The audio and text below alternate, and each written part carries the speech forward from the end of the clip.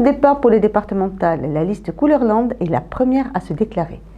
Est-ce une nouvelle formation politique née à l'occasion de ces élections?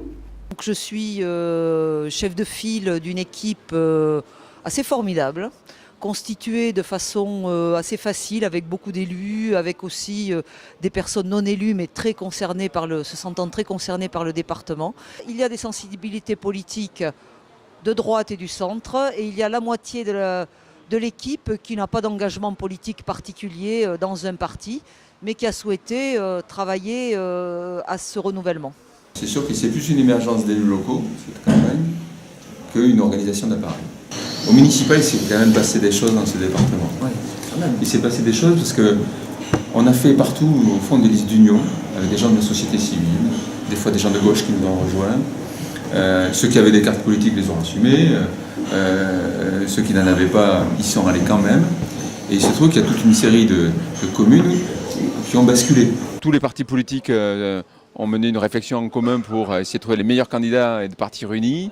Et puis aux dernières municipales, il y a eu beaucoup de renouvellement. Et au fond, c'est cette nouvelle génération de maires qui part au combat ce coup-ci. Je sens d'un côté l'usure, de l'autre côté l'envie. Et on va essayer de relever ce défi.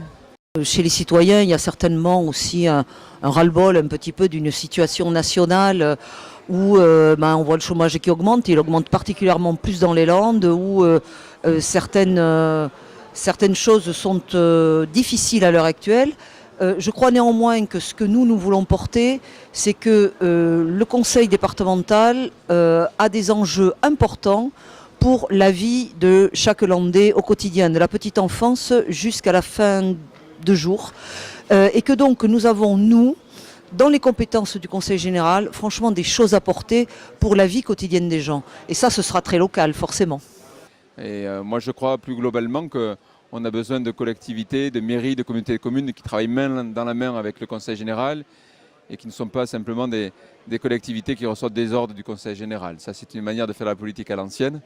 Et on aimerait plus de participation et d'échanges constructifs pour essayer, au-delà des étiquettes politiques, de faire avancer les dossiers utiles pour nos concitoyens.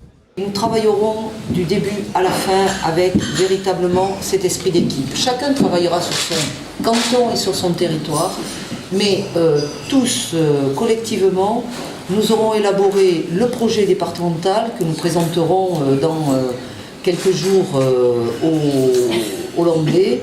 Tout ce qui sera dit sera mis en œuvre après, sera réalisable. Donc il faut qu'on rentre dans une réalité aussi, qui est une réalité économique, qui est une réalité budgétaire.